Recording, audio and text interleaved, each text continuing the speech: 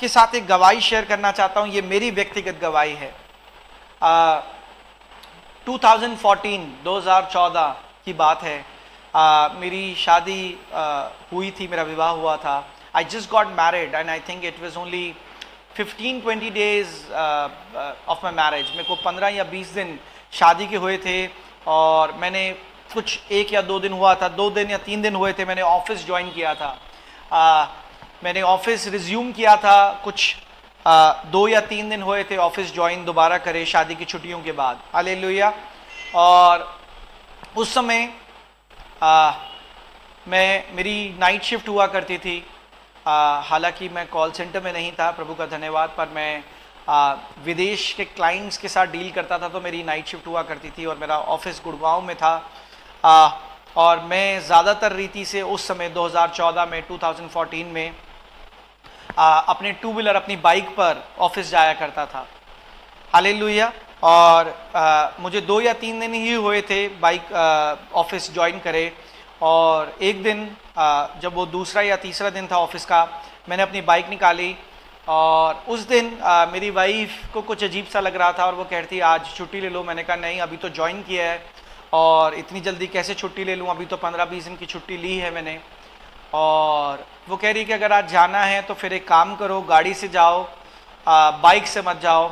और मैंने उसकी बात को अनदेखा किया और मैंने बाइक निकाली नीचे से अपने गैराज से, और वो ऊपर से मेरे से नाराज़ हुई और उसने कहा मैं आपको बार बार कह रही हूँ कि आज मत जाओ, नहीं तो गाड़ी से जाओ।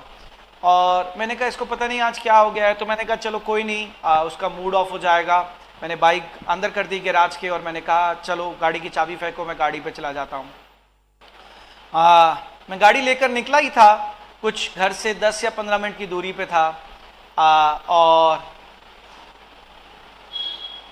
एक विक्रम, अगर आपने विक्रम एक गाड़ी देखी है जो लोडिंग के लिए होती है, 3 पहिया गाड़ी होती है विक्रम, जो खास रीति से लोडिंग के लिए होती है।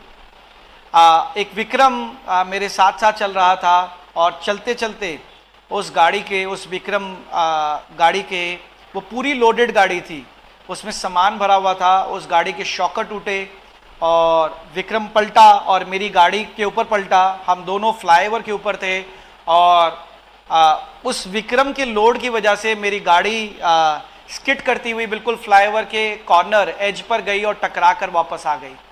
हम उस समय फ्लाईओवर से नीचे गिर जाते। अगर थोड़ी सी और स्पीड या तो मेरी गाड़ी की होती या तो विक्रम थोड़ा और तेज स्पीड से मेरे ऊपर गिरता। वो बिल्कुल मेरी गाड़ी के ऊपर था और मैं जहां बैठा था वो गाड़ी बेंड हो चुकी थी और मेरी गाड़ी भी बस उस विक्रम की वजह से स्किड खाती हुई फ्लाईओवर के ऊपर टकराई कॉर्नर पर, एज पर, और बिल्कुल वहीं गाड़ी रुक गई।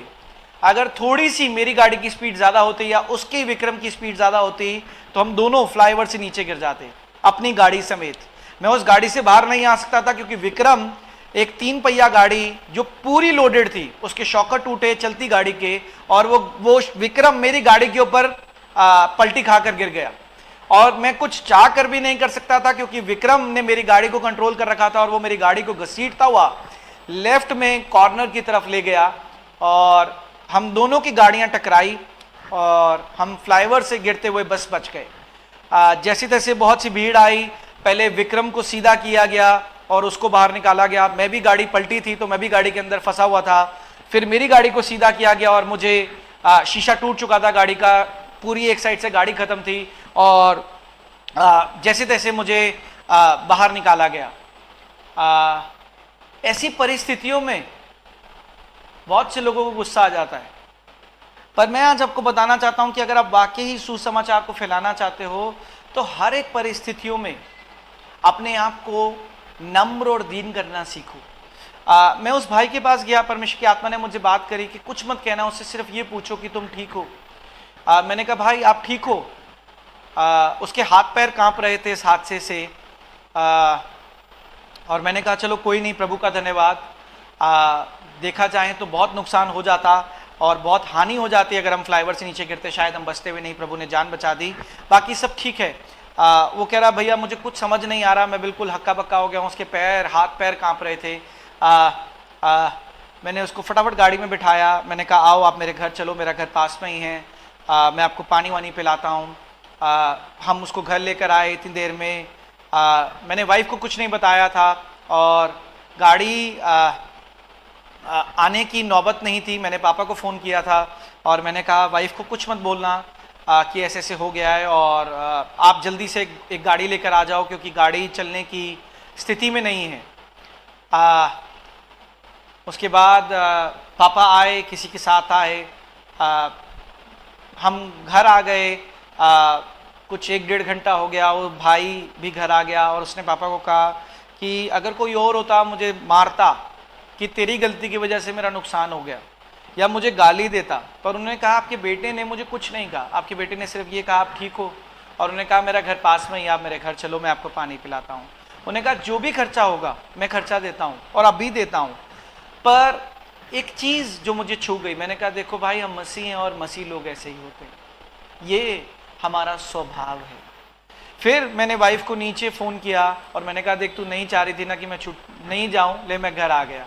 और थोड़ी देर बाद जब सिचुएशन काम हुई तो मैंने मम्मी और वाइफ को, पापा और मैंने मिल के उस सिचुएशन को बताया और प्रभु का धन्यवाद मुझे कोई खराच नहीं आई, कोई हल्की सी चोट नहीं थी, कहीं दर्द नहीं था, कहीं लाइन फ्रैक्चर या माइनर फ्रैक्चर नहीं था। प्रभु इतना भला है। अगर आप वाकई ही सुसमाचार को फैलाना चाहते हो तो सुसमाचार फैलाने के लिए सबसे अच्छी चीज़ है कि आप अपने आचरण को इतना दीन और नम्र कर दो कि लोग आपके पास आएं और आपसे बात करने के लिए इच्छुक हो जाएं। ये सबसे अच्छा तरीका है सुसमाचार फैलाने का।